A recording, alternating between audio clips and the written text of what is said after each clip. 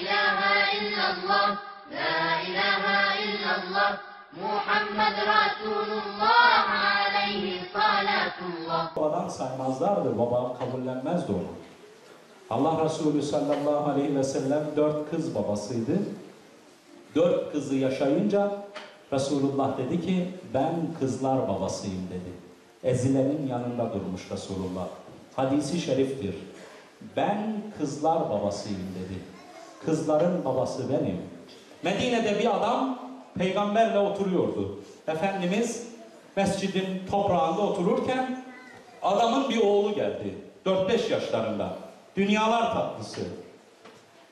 Oğlunu görünce aslanım dedi, koçum benim, şuna bak ya Resulallah dedi. Bu aslan parçası benim oğlum dedi. Gel oğlum dedi, çocuğunu çağırdı. Çocuğu öpüyor, hadi koş bakalım Resulullah'ın elini öp. Peygamberimize oğlunu övdü. Resulullah da dua etti. O arada o çocuğun bir kız kardeşi varmış. O da babası abisini seviyor, öpüyor diye o da heveslenmiş, babam beni de sevsin diye abisinin arkasından o da gelmiş. Kız çocuğunu görünce Medine'de Müslüman, sahabi, ensar. Kız çocuğunu görünce suratı ekşidi. Yüzü soğudu birden. Nereden geldi bu çocuk der gibi. Çocuk bilmez ki, saftır, su gibi, tertemiz. Yaklaştı. Babam abime yaptığını bana da yapsın diye. İyice yaklaşınca babasının dibine kadar girdi. Nereden geldin der gibi çocuğun kolundan tuttuğu gibi arkaya çarptı. Çocuğu arkasına yere çarptı. Arkasına sakladı. Allah Resulü o ana kadar mübarek yüzü gülen Allah Resulü birden yüzü hüzün bulutlarıyla doldu. Resulullah'ın yüzü soldu ve adama döndü. Bunu niye yaptın dedi. Bu çocuk senin mi? O kız çocuğu. Evet ya Resulallah. Kız çocuğu oğlan çocuğu gibi midir ya Resulallah dedi. Kız çocuğu oğlan çocuğu gibi midir ki? Allah Resulü, canım efendim, şu oğlanı sana hangi Allah verdiyse bu kızı da aynı Allah verdi dedi. Allah'a yemin ederim ki bunun da Rabbi, onun da Rabbi Allah'tır. Allah size evlat verirken kızlardan, oğullardan ayırt etmeden verirken Allah'ın yarattığını ayırt edenden daha çirkin bir kul kimdir dedi. Yazıklar olsun sana dedi. Çocuğu yanına çağırdı. Babasının arkasında yere düşmüş ağlayan kız çocuğunu yanına çağırdı. Resulullah evladım buraya gel deyince çocuk babasını bırakıp Resulullah'a koştu. Efendimiz bağrına bastı. Yüzünü gözünü sildi. Çocuğu öperken Resulullah şöyle diyordu. Ben kızlar babasıyım. Ben kızlar babasıyım. Ben kızlar babasıyım diyordu. Ezilenin yanında durmuş bir peygamberin ümmetiyiz.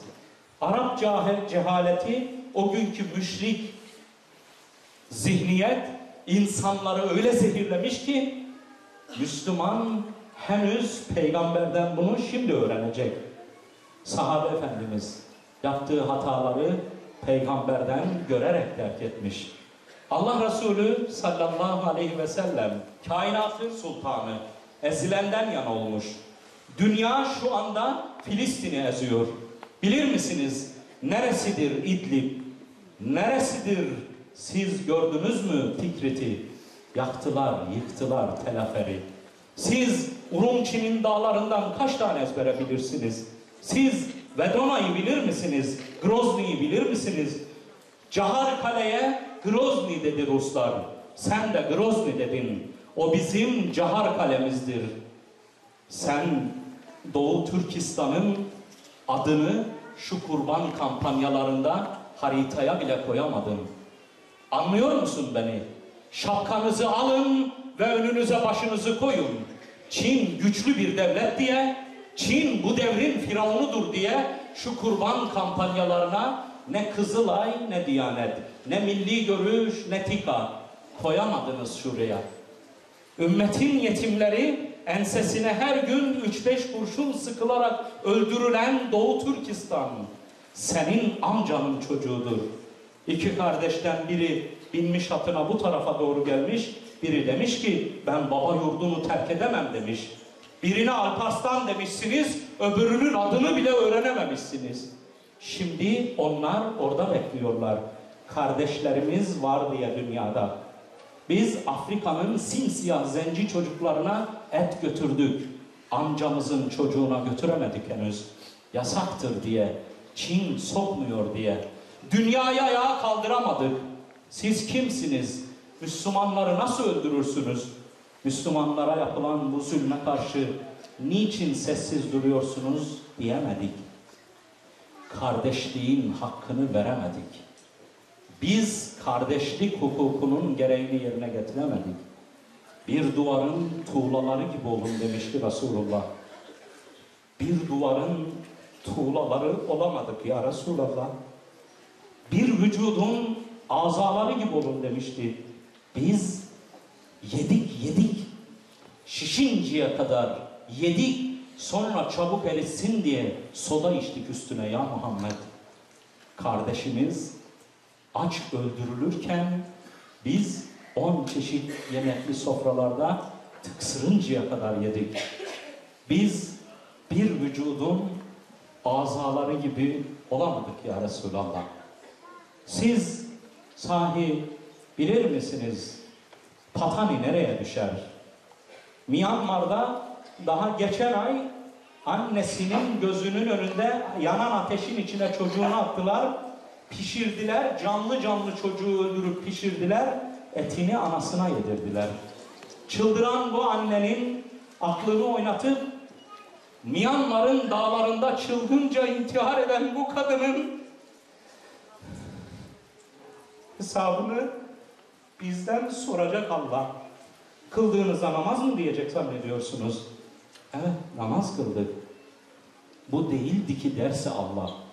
Benim dediğim namaz bu değildi ki derse. Sahi Peygamber Efendimiz, o kadın aklını oynatıp intihar eden kadın yanınıza durdurulduğunda, şahit olarak da Hazreti Muhammed Mustafa getirildiğinde sahi siz nasıl kardeştiniz derse, hiç değilse 2 damla gözyaşın senin utancının şahidi olacak. Hazreti Peygamber sallallahu aleyhi ve sellem bize kardeş olun ey Allah'ın kulları demişti. Solcusu, sağcısı, Alevisi, Sünnisi, Kürdü, Türkü kardeş olun ey Müslümanlar demişti. Biz gereğini yapamadık ya Resulallah. Efendimizin ömrü, hayatı hayattır hayatımıza. Hayatı öldürdüler, bir leşi hayat diye yedirdiler bize. Rahmetli Mehmet Akif Ersoy, uyan ey merhum millet, cehline kurban gidiyorsun demişti. Ne güzel söylemiş. Uyan ey merhum millet, çoktan ölmüş, çoktan ölüp gitmiş millet. Uyan diyordu. Rahmetli Akif, ırzımızdır çiğnenen, evladımızdır doğranan. Be hey sıkılmaz adam, ağlamazsan bari gülmekten utan. Hangır hangır güldük ya Resulallah. Bizi güldürecek filmler aradık kasetçilerin içinde. Hangi film daha çok güldürüyor diye cebimizdeki paraları... Buniyel İslamu ala hamseti erkanin fi'd-din. صوم وصلاة وزكاة حج والشهادتين شهادة أن لا إله إلا الله وأن محمد رسول الله إقامة الصلاة إيتاء الزكاة وصوم رمضان وحج البيت من استطاع إليه سبيلا